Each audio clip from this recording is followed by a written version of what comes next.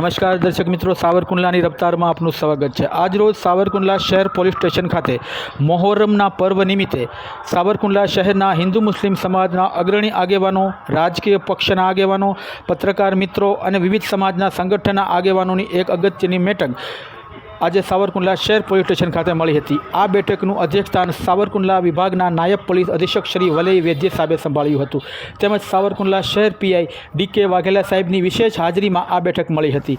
આ બેઠકની અંદર સાવરકુંડલા શહેર પીઆઈ ડી.કે. વાઘેલાએ વિવિધ માર્ગદર્શન અને સૂચનો અગ્રણી આગેવાનોને કર્યા હતા, તેમજ મોહરમનો પર્વ અને સાવરકુંડલા શહેરમાં કાયદો અને વ્યવસ્થાની શાંતિ જળવાઈ રહી તે અંગે પણ તેમને માર્ગદર્શન પૂરું પાડેલ હતું।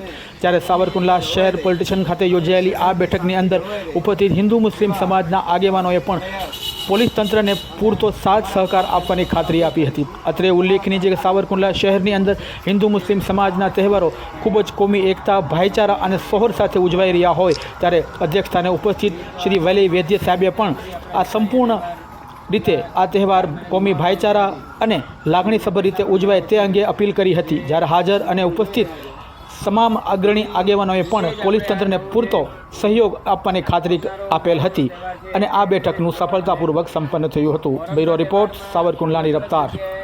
તાજિયા નીકળવાના છે, આઈ થિંક 8 જગ્યાએ અલગ અલગ તાજિયા નીકળવાના છે, જે અમને માહિતી મળી છે પ્રમાણે। તો એ બધી જગ્યાએ, કારણ કે પોલીસ તો લિમિટેડ જગ્યાએ રામનવમીમાં આપણે એવી રીતે દોડતો હોય છે, અલગ અલગ એરિયામાં રહેતા હશો અને તમારા ઘરની આજુબાજુ જે આવા તાજિયાના પ્રોસેસર નીકળવાના છે એ શાંતિપૂર્ણ રીતે અને કોઈ પણ જાતની મગજમારી વગર નીકળી જાય એ એન્શ્યોર કરવું એ આપણી જવાબદારીમાં આવે છે અને એની માટે જ આપ સૌને અહીંયા બોલાવવામાં આવેલા છે કે જેથી આપણે જેમ કીધું એમ કે અત્યાર સુધી જે શાંતિથી બધું તહેવાર પતી ગયા છે ત્યાં જે આવનારો તહેવાર છે એ પણ એવી રીતે બને છે ત્યાં વિઝિટ કરી હતી મેં ગઈકાલે અને એમાં ખાસ જોયું હતું, તમને બધાને ખબર છે ભૂતકાળમાં એક ધોરાજીમાં બનાવ બન્યો હતો। તાજિયાને જુલુસ દરમિયાન જે લોખંડની પાઇપ હતી, જે પેલું પ્રોસેસરમાં જે તાજિયો હતો એ ઉપર ઇલેક્ટ્રિક જીવતા વાયર નડી ગયો તો 3 જણાના મૃત્યુ થયા હતા।